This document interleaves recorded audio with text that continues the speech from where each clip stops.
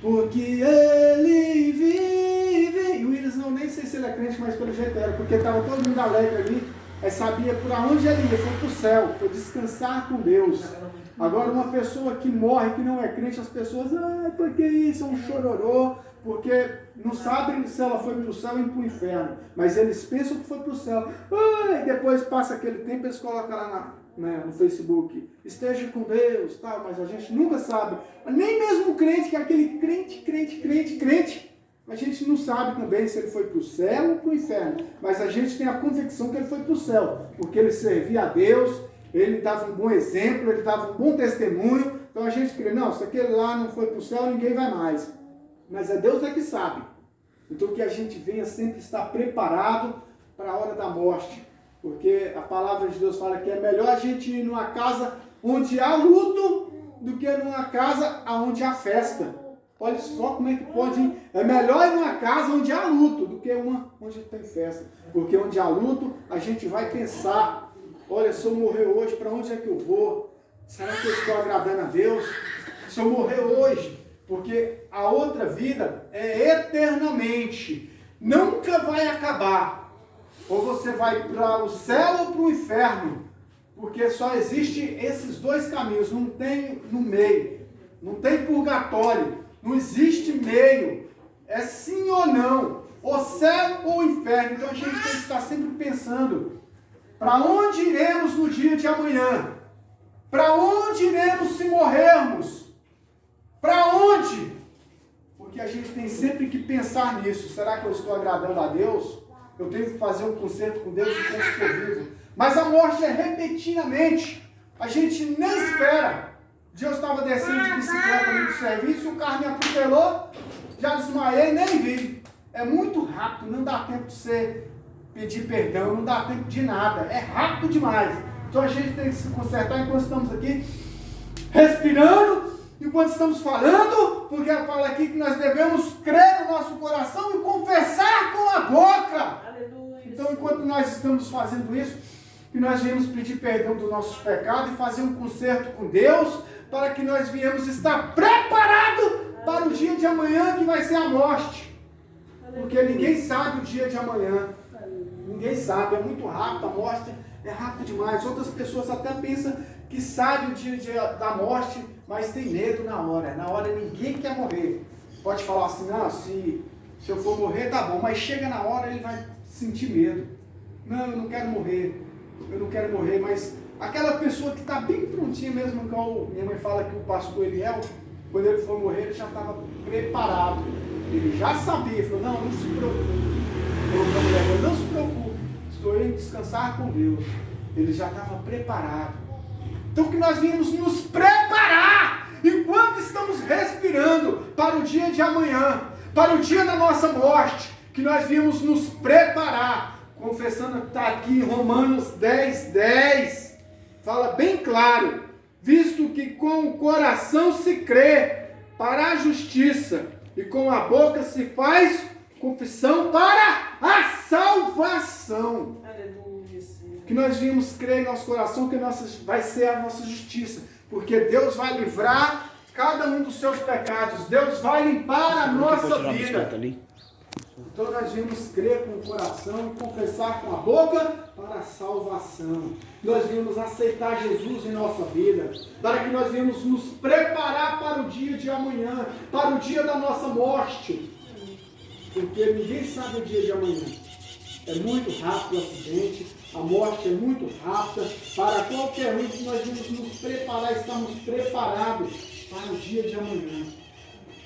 Porque não sabemos. Então nós vamos pedir ajuda, orientação a Deus para nos livrarmos do nosso pecado. Nós vamos pedir ajuda, porque ninguém dá conta. Até Paulo falava que nós lutamos contra... O Espírito luta contra a carne e a carne contra o Espírito. É um desejo dentro de nós. A gente está sempre querendo pecar, sempre querendo fazer coisa errada. O Espírito querendo sempre fazer coisa boa. Porque fala que o Espírito está pronto. O Espírito está pronto, mas a carne é fraca.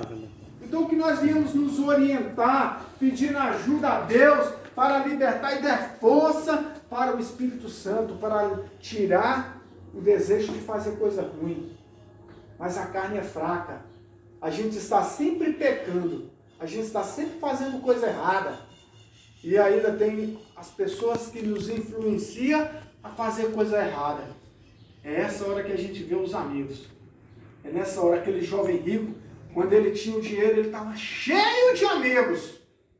Ele tinha muito amigo. Mas aí depois acabou o dinheiro, aí já veio a dificuldade para ele. Ele foi trabalhar lá no campo com um criador de porco. E aí ele não tinha nem o que comer. Cadê os amigos dele? Foram embora.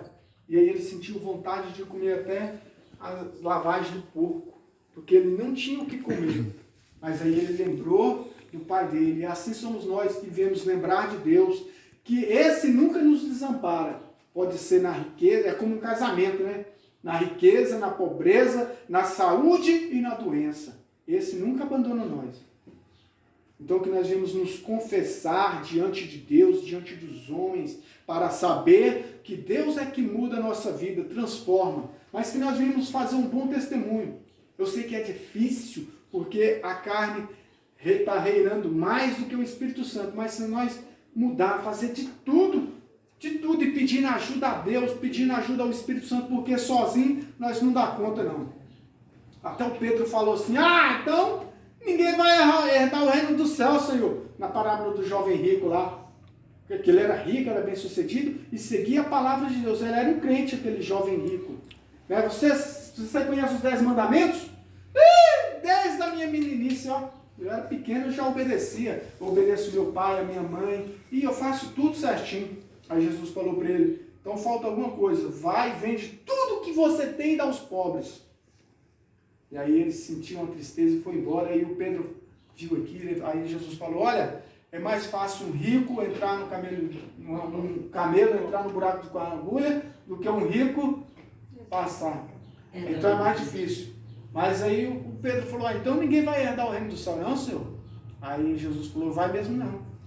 Pelo homem ninguém vai, pelo homem ninguém vai. Mas para Deus tudo é possível. Então Deus é que muda a nossa vida, porque por nós mesmos, nós não dá conta de largar os vícios, nós não dá conta de largar pecado, nós não dá conta de parar de fazer coisa errada, nós não dá conta de nada sem Deus na nossa vida.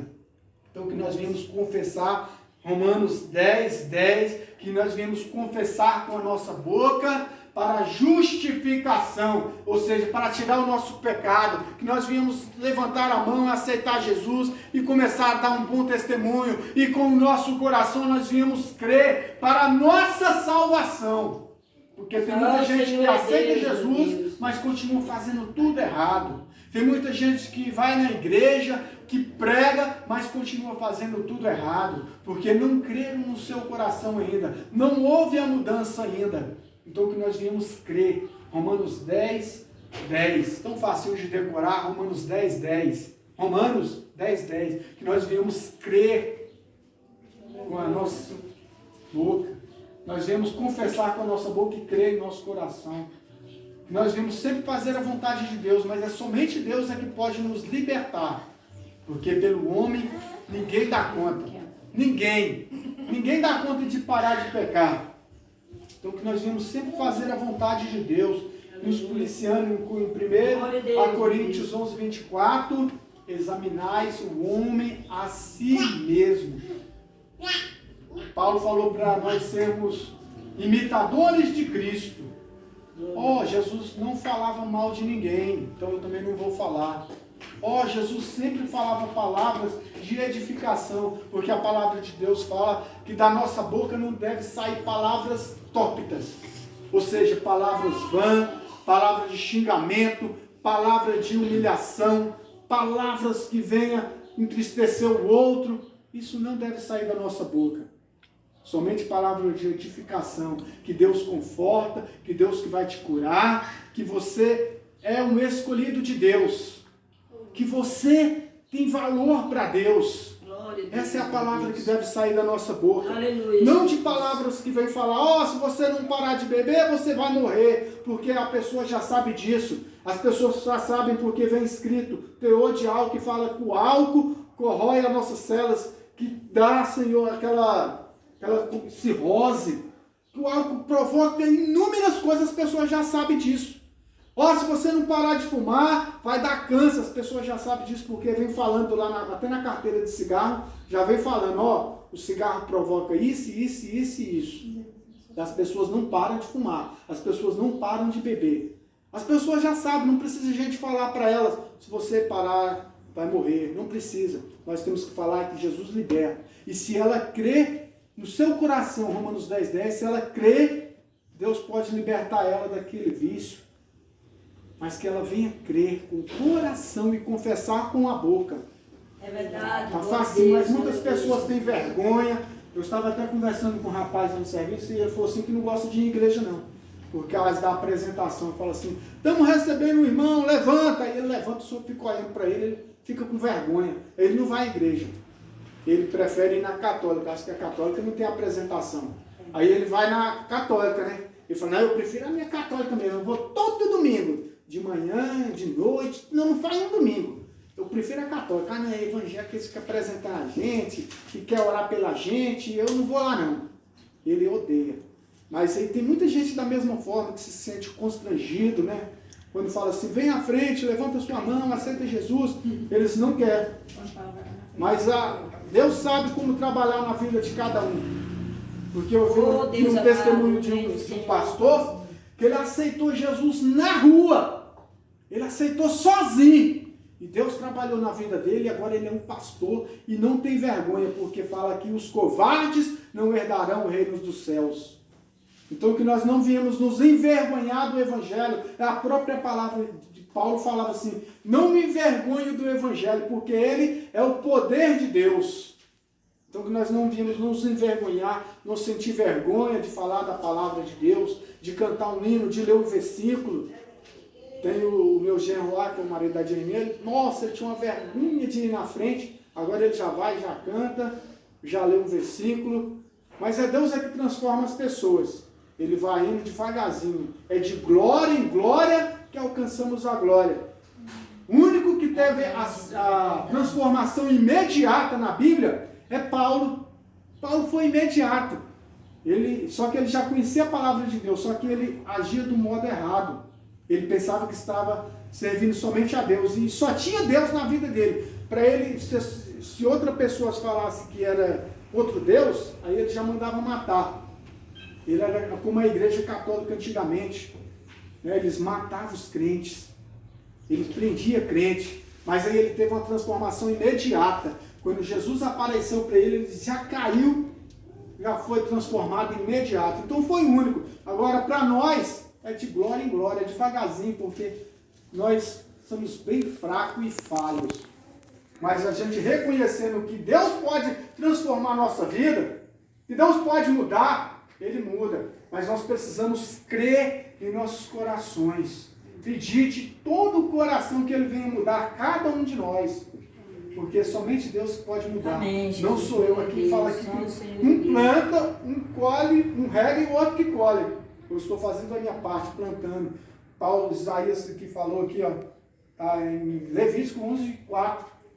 Fala assim, como crê em nossa pregação, nem todos vão crer. E é verdade, nem todos vão crer, mas nós temos que continuar levando a nossa palavra. Mas como eu repito, a melhor pregação é o nosso testemunho, de como nós agimos, de como nós falamos com as pessoas. Esse é o melhor testemunho. E é tudo dom de Deus. A fé é um dom de Deus, o amor é dom de Deus, tudo de bom é dom de Deus, tudo. Mas se nós viemos depositar a nossa fé em Deus, tem muita gente que, como eu disse ontem na igreja, coloca a sua fé em um lugar errado. Mas é dom de Deus, todo mundo tem fé. Por que os paralíticos andam, esses que vão lá em Trindade andam, é curado? É pela fé. A fé que eles têm, mas eles estão colocando e agradecendo a pessoa errada. Quem deu a fé